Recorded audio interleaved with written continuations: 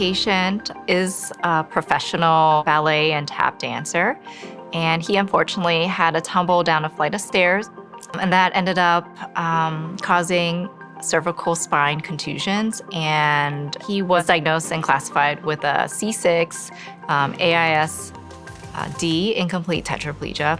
He, I would say, had maybe a 50-50 chance of being able to walk again.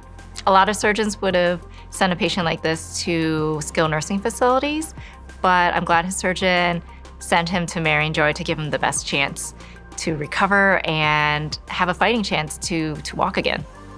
Our therapy team was excellent and creative. They knew we had this technology at Marion Joy called the Zero-G Balance and Gait Training System.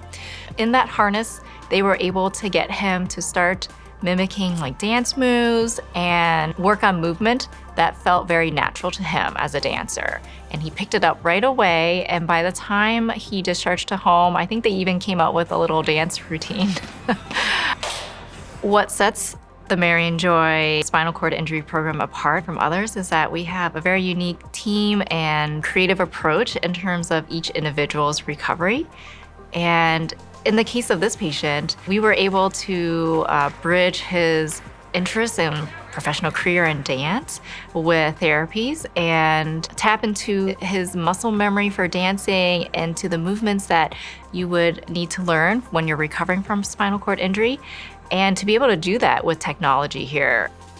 Our patient was here for about 4 or 5 weeks doing inpatient rehab, and by the time he left, coming from a place where he couldn't move his upper extremities or fingers and barely his left foot to walking.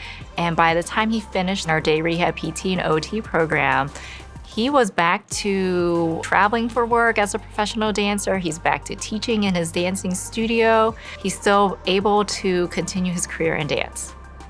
It's very wonderful to see a dramatic recovery like his